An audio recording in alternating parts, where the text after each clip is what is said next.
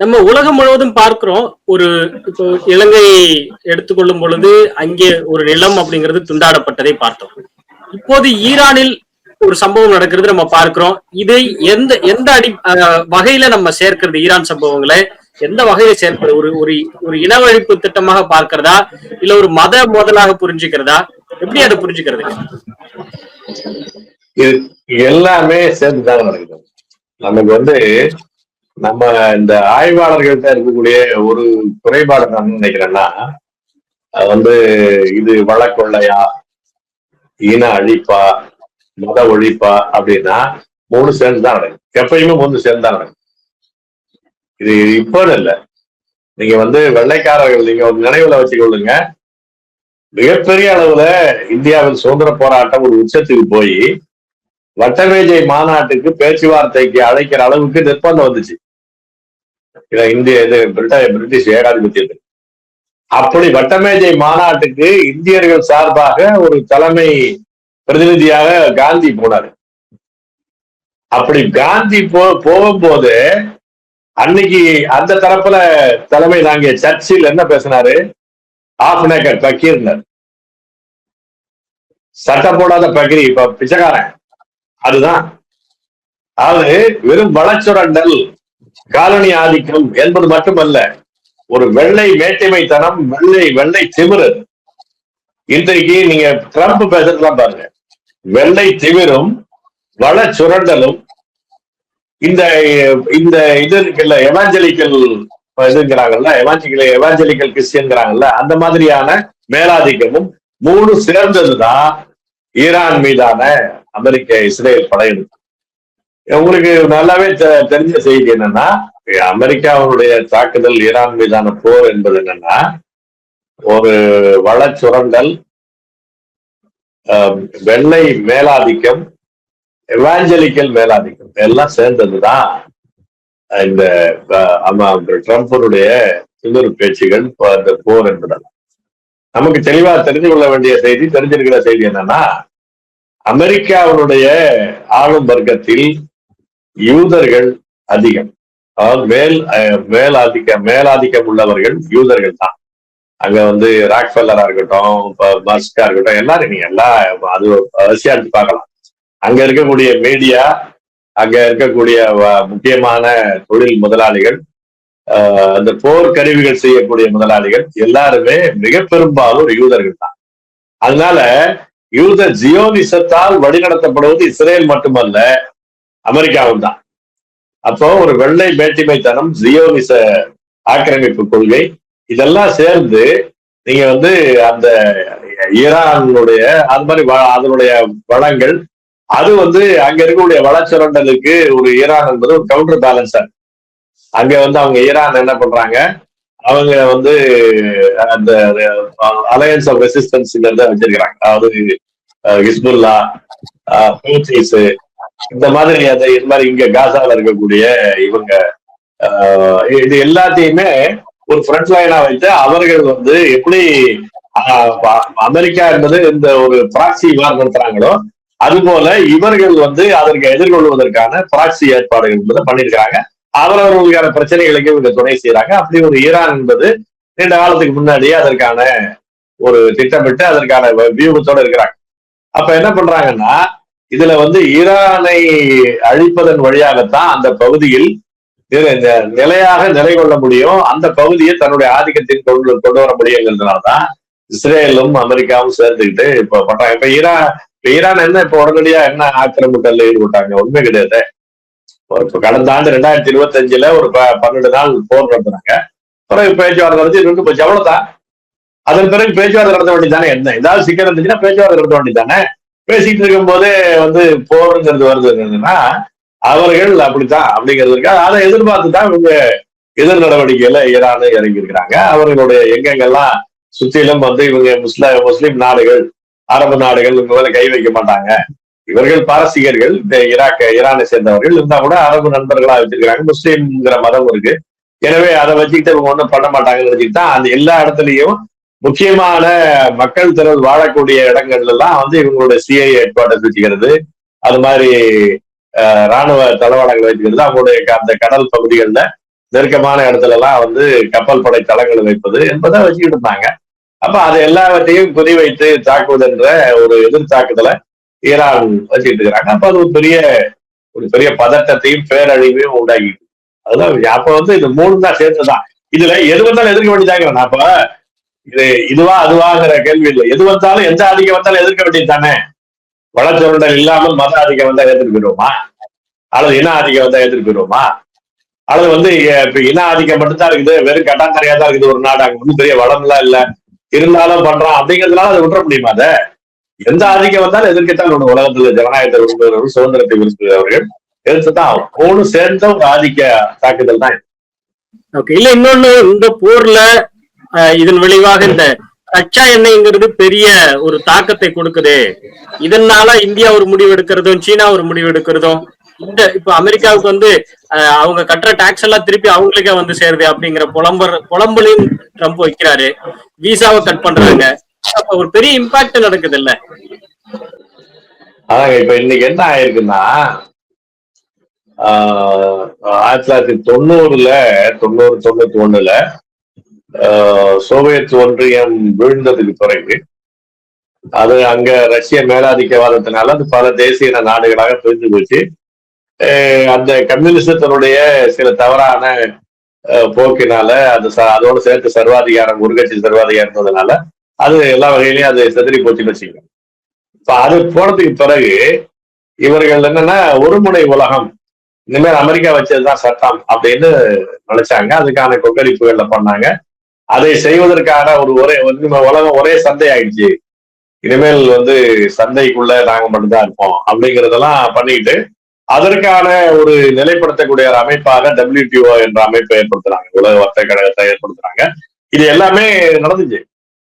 ஆனா ஒரு சில ஒரு 10 ஆண்டு 15 ஆண்டுகளுக்குள்ளே என்ன ஆயிடுச்சு அப்படின்னா, அந்த உலக வர்த்தக கழகம், இந்த திறந்த பொருளாதாரம், உலகமயம்ங்கிற உலக வேட்டை மயம், இதற்குள்ள இவர்களுடைய மேலாதிக்கம் என்பது கேள்விக்கு உட்படுத்தப்படும். சீனா உள்ள வந்துட்டாங்க. இதே திறந்த பொருளாதாரத்தை பயன்படுத்திக்கிட்டு, இதே உலகமயம் என்ற கூக்குரலை பயன்படுத்திக்கிட்டு அந்த வேட்டைக்குள் சீனாவும் உள்ள இறங்கிட்டாங்க. இப்ப அந்த இதுக்கு பிறகு என்ன ஆயிடுச்சு, ஒரு கட்டத்துக்கு பிறகு ஒபாமா பீரியட்லயே ஆரம்பிச்சுட்டாங்க டீ குளோபலைசேஷன் அப்படின்னு. இவங்கதான் குளோபலைசேஷன் பேசினாங்க. உலகமயமாக்கல் என்பதை முன்வைத்தவர்களே ரீகனும் தாட்சரும் தான். அமெரிக்க அதிபர் ரீகனும் பிரிட்டிஷ் பிரதமர் தாட்சரும் தான் பண்ணாங்க. ரீகனாமிக்ஸ் தாட்சரிசம், இனிமேல் உலகத்தில் தத்துவங்கள் செத்து விட்டன எல்லாம் போல பேசுனாங்க. ஆனா சீனா உள்ள நுழைஞ்சதுக்கு பிறகு அது ஒருமுனை உலகமாக இருக்க முடியவில்லை. அந்த சீனா உள்ள நுழைஞ்சதனுடைய ஒரு வாய்ப்பை பயன்படுத்திட்டு ஒரு பக்கம் ஜப்பான், அப்படி அங்கங்க வந்து நாடுகள் தங்களுடைய பொருளியல் வலுப்படுத்திக்கிட்டு யாரெல்லாம் வாய்ப்பு இருக்க பண்ணிக்க ஆரம்பிச்சிட்டாங்க. அப்ப பலமுனை உலகமா மாறிடுச்சு. இப்ப ஒருமுனை உலகம் என்பது தகர்ந்துருச்சு, உலகமயம் என்பது வந்து தகர்ந்துட்டு வருது. இந்த மாதிரி இதுல வந்து ஒரு பெரிய குழப்பத்திற்குள்ள இருக்கு. அதனால இப்ப என்ன ஆயிடுது, நீங்க இதுக்கு முன்னாடி என்ன பண்ணாங்கன்னா எல்லாத்தையும் அவுட் சோர்ஸ் பண்ணிக்கலாம். ஏன்னா அந்த 91 வந்த இன்னொரு முக்கியமான வளர்ச்சி தொழில்நுட்ப வளர்ச்சி, தகவல் தொழில்நுட்ப வளர்ச்சி.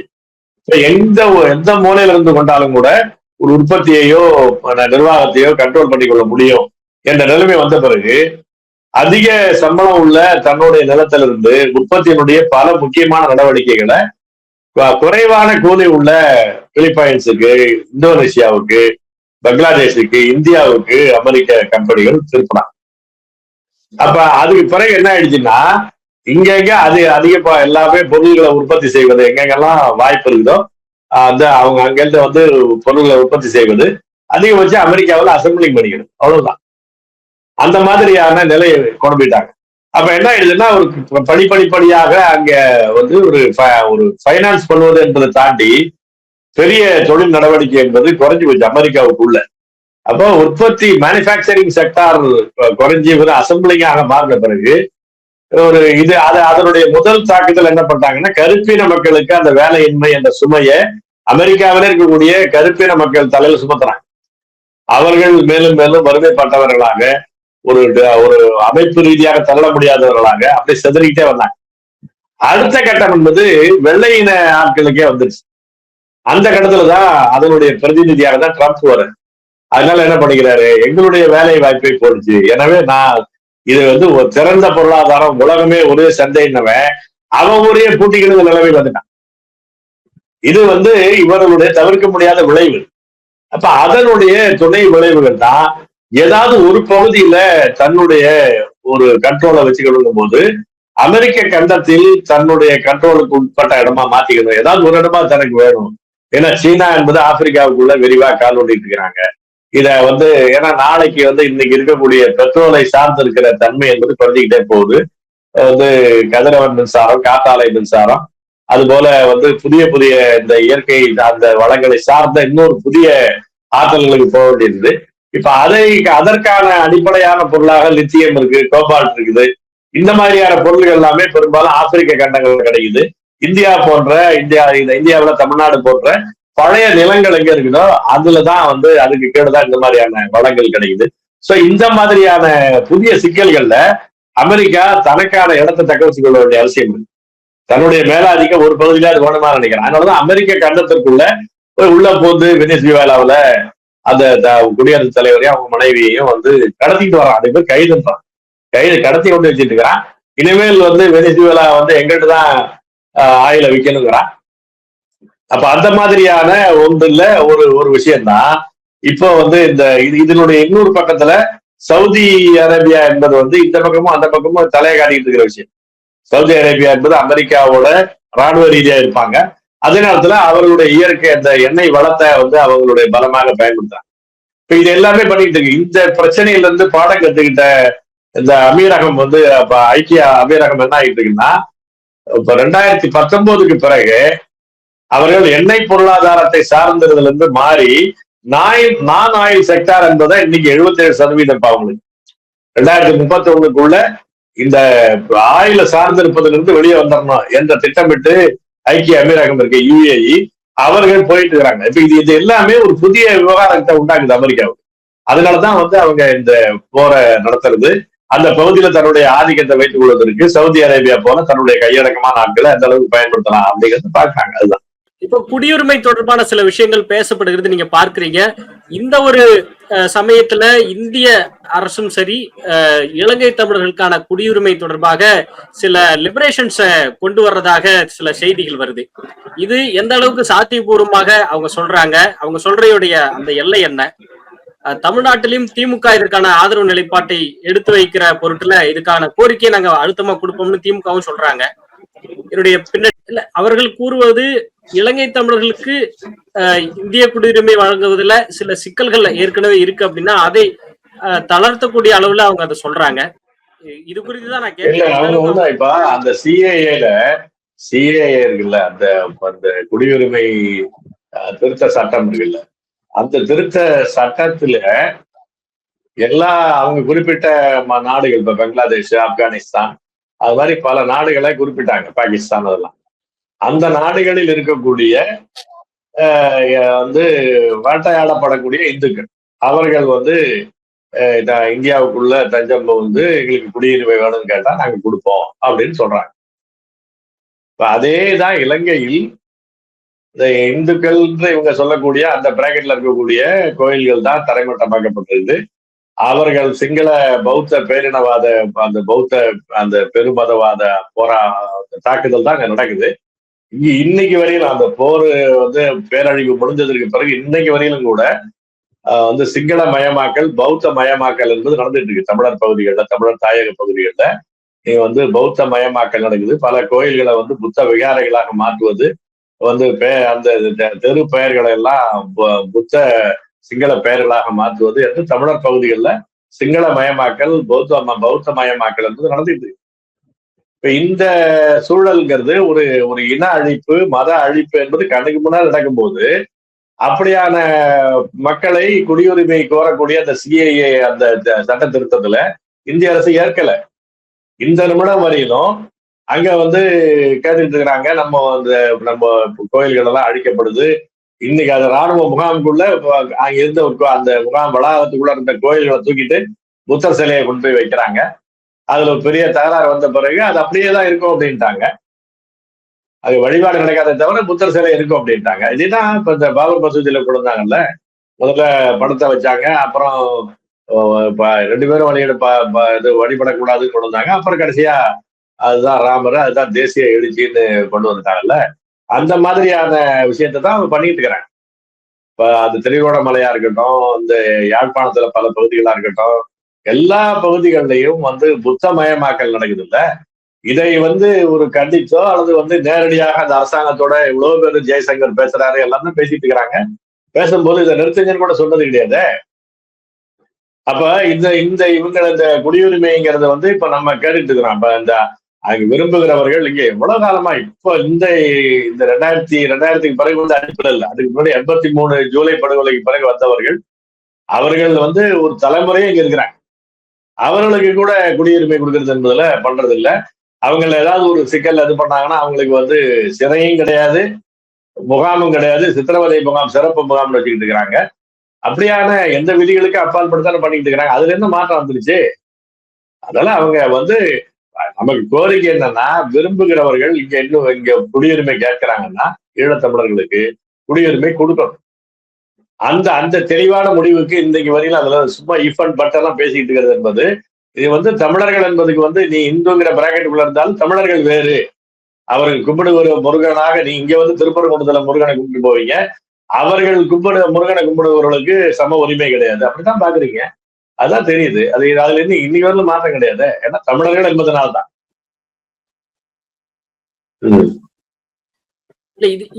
இதே போல இப்ப நீங்க எப்படி இந்தியா குடியுரிமை தொடர்பாக பேசுதோ, அதே சமயத்துல இன்னர் லைன் பர்மிட் குறித்து அவர்களுடைய கண்ணோட்டம் என்னவாக இருக்கு, அது இன்னும் எப்படி ஸ்ட்ரக்சரைஸ் பண்ணப்பட வேண்டும்?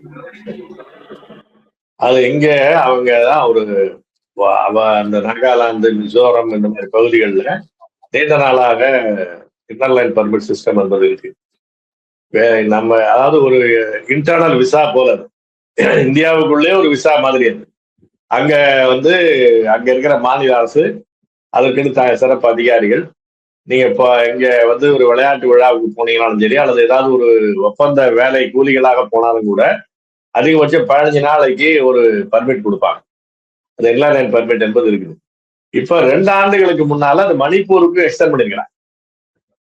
இப்பதான் 2 ஆண்டுகளுக்கு முன்னால அமித்ஷா போய் அங்க வாக்குறுதி கொடுத்தாரு. பிறகு ஒரு 6 மாதம் கழிச்சு நாடாளுமன்றத்துல சட்டம் இயற்றி மணிப்பூருக்கும் அந்த இன்னர் லைன் பர்மிட் என்பது கொடுத்திருக்கிறாங்க. அப்ப என்னன்னா, இந்தியாவுக்குள்ள இருக்கக்கூடிய வேற எந்த மாநிலத்தில இருந்தும் அந்த நாகாலாந்து, மிசோரம், மணிப்பூர், இப்ப அருணாச்சல பிரதேசம் இந்த பகுதிகளுக்கு போறதா இருந்தா அவங்க ஒரு விசா போல அவங்கள்ட்ட வாங்கிட்டு அவங்க ஒரு 15 நாள் தான் அதிகபட்சம், ரொம்ப தேவைன்னு வச்சா இன்னொரு 15 நாள் எக்ஸ்டெண்ட் பண்ணுவோம். அதுக்கு பிறகு அங்க இருக்க முடியாது. அந்த மாதிரி அது ஏன் வச்சிருக்கிறாங்க அப்படின்னா, அந்த அந்த அந்த மண்ணின் மக்களுக்கான இன சமநிலையை, அந்த டெமோகிராபிக் அங்க பாதுகாக்கணுங்கிறது தான் வச்சிருக்கிறாங்க. அது ஒரு மொழி அடிப்படையில், தேசிய இன அடிப்படையிலான தாயகம் என்பது அங்கீகரிக்கப்பட்டதுதான் மொழிவழி மாநிலம் என்பது. மொழிவழி மாநிலம்ங்கிறது என்ன? இனவழி தாயகம்ங்கிறது தான்.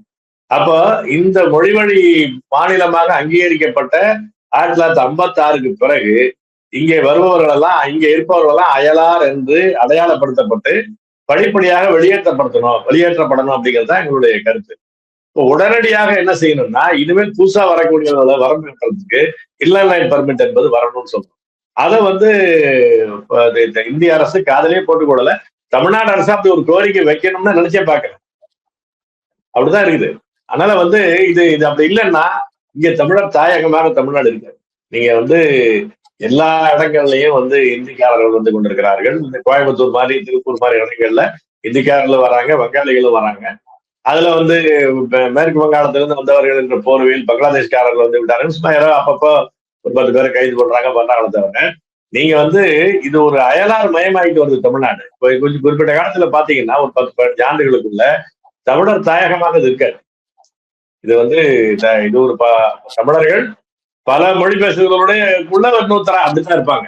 அந்த அளவுக்கு ஆயிரம். இப்ப தமிழ்நாடு அரசு என்ன பண்ணிட்டு இருக்கிறாங்க, அவர்களை நிலைப்படுத்துறதுக்கு இந்த குறிப்பான இப்ப திருப்பூர் போன்ற இடங்கள்ல, இங்க இந்த திருப்பெரும்புதூர் பகுதிகளில் அவர்களுக்கு சிறப்பு அந்த குடியிருப்புகள் கட்டி கொடுக்குறாங்க.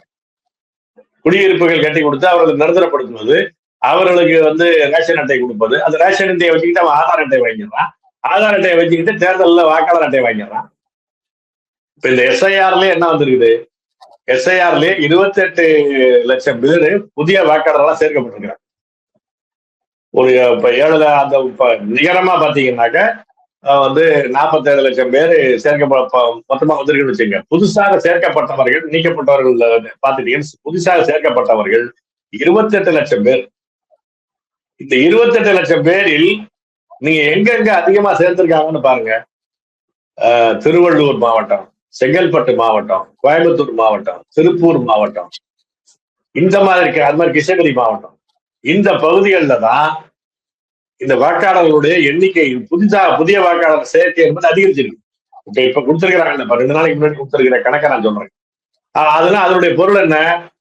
அங்கெல்லாம் திடீர்னு வந்து 18 வயசு ஆளுங்க மட்டும் அதிகமாயிட்டாங்களாங்க திடீர்னு? அப்படி கிடையாது. இன்னும் சொல்ல போனா என்ன ஆயிடுது, கடந்த 20 ஆண்டுகளாகவே பிறப்புங்கிறது குறைஞ்சிக்கிட்டு, இறப்பு என்பது குறைஞ்சிக்கிட்டு, இந்த புதிய தமிழர்கள் பிறப்பது என்பது குறைஞ்சிக்கிட்டே இருக்குது. ஏன்னா இப்ப நமக்கு வந்து நாம் இருவர் நமக்கு இருவர், இப்ப நாம் இருவர் நமக்கு ஒருவர்னு ஆகி குடும்ப கட்டுப்பாடு தீவிரமா செயல்படுறதுனால பிறப்பு விகிதம் குறைவு. நீங்க வந்து 2001 சென்சஸ் எடுங்க, 2011 சென்சஸ் எடுங்க, 6 வயதுக்கு கீழே இருக்கக்கூடிய குழந்தைகளும் ஒரு கணக்கு இருக்கு. அதை மட்டும் கவனிச்சு பாருங்க. அது குறைஞ்சிக்கிட்டே இருக்குது. 2001 விட 2011 குறைஞ்சிருக்குது 6 வயது. அப்படின்னா என்ன அர்த்தம்? இப்ப இந்த 18 வயசுக்கு 18 ஆண்டுகளுக்கு பிறகு இப்ப நீங்க வந்து பாத்தீங்கன்னா அவெல்லாம் 18 வயசுக்கு வந்திருப்பான். அது குறையுது. அது பிறப்பால் தமிழர்களாக இருப்பவர்களுடைய 18 வயதுக்காரர்கள் குறைஞ்சிக்கிட்டு இருக்கிறாங்க. ஆனா மொத்தமா வாக்காளர் எண்ணிக்கை 18 வயது கடந்தவர்கள் அதிகரிச்சிருக்குன்னு என்ன அர்த்தம்? அது அதிகரிச்சிருக்கிற இடமெல்லாம் அந்த மாதிரி தொழில் நகரமா இருக்குன்னு என்ன பொருள்? அது அதுதான் அங்க வந்து வெளியார்கள் வந்து கொண்டிருக்கிறார்கள், வெளி மாநிலத்துக்காரர்கள் வாக்காளர்களா வந்து இருக்கிறாங்க என்பதுதான். அப்ப இதை வைத்துக் கொண்டு மொத்தமாகவே தமிழ்நாட்டினுடைய அடிப்படை இன சமநிலையை மாறி போகும்.